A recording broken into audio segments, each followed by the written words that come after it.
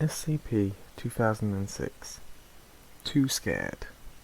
Object Class Keter. Special Containment Procedures. SCP-2006 is to be contained at Site-118 in an airtight containment cell. SCP-2006 must be closely monitored for changes in form, which are to be noted immediately.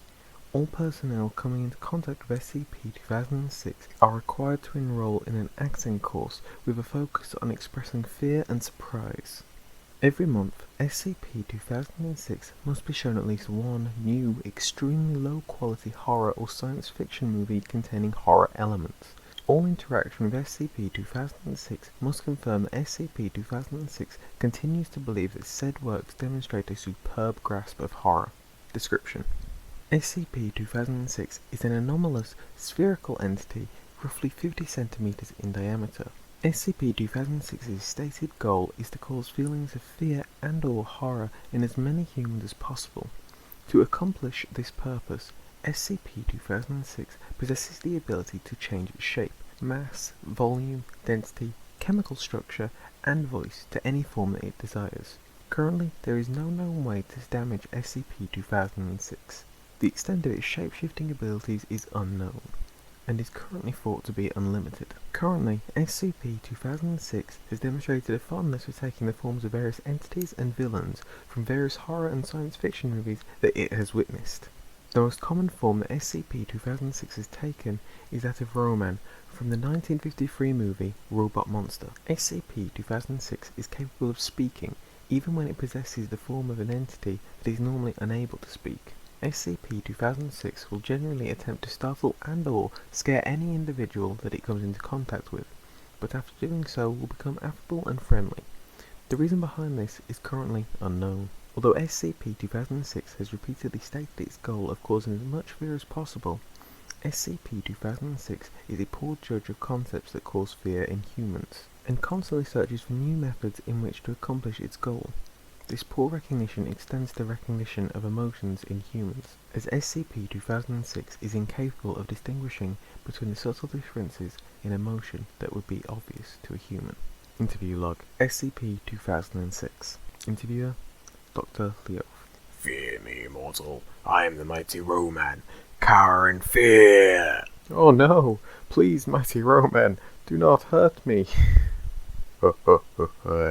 It's just me, Doc. Got you pretty good, didn't I? 2006.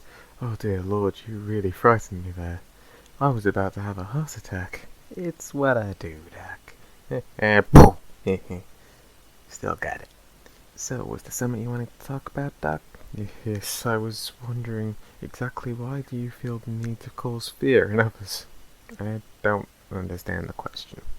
That is, why do you scare people? Oh, that's an easy one. I scare people because it's fun. And, you know, it's like what I do. Just like you do doctory stuff. I do scary stuff. I'm the best at it. I don't really see what else there is about it. That you are. I'll take my leave then. Come back soon? I'll have some really scary stuff next time. By the way, I will eat your soul. Let me out of here. I'm going to die of fright. Addendum. The current Site Director for Site-118 has issued the following memorandum regarding SCP-2006. I have been getting reports of some of the lax behavior regarding SCP-2006. Many personnel have been heard laughing at SCP-2006 during surveillance when it watches a new movie or when it attempts to scare individuals. Some personnel have been heard questioning why SCP-2006 is classified as a Keter entity. I am here to remind you all that the Keter entity is a Keter entity regardless of how innocuous it may seem. No, SCP-2006 is not a rampaging demigod, nor is it a regenerating super lizard. However, it possesses the same level of danger as any other Keter that the Foundation has contained.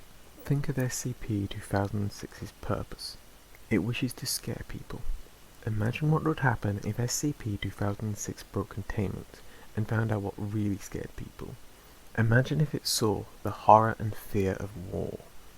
the concepts of paranoia or phobias common to each and every human being. Imagine if it found out the true horror of a nuclear holocaust or an XK class scenario. Now couple that with an entity that possesses shape-shifting abilities with no known limits, and you'll understand why it's classified as Keter. All personnel mentioned above have been suitably disciplined, and I do not want to hear about this again. Dr. Randall Ulwigs, Site 118 Director. That was SCP-2006. This is Sleepy Spa, signing off.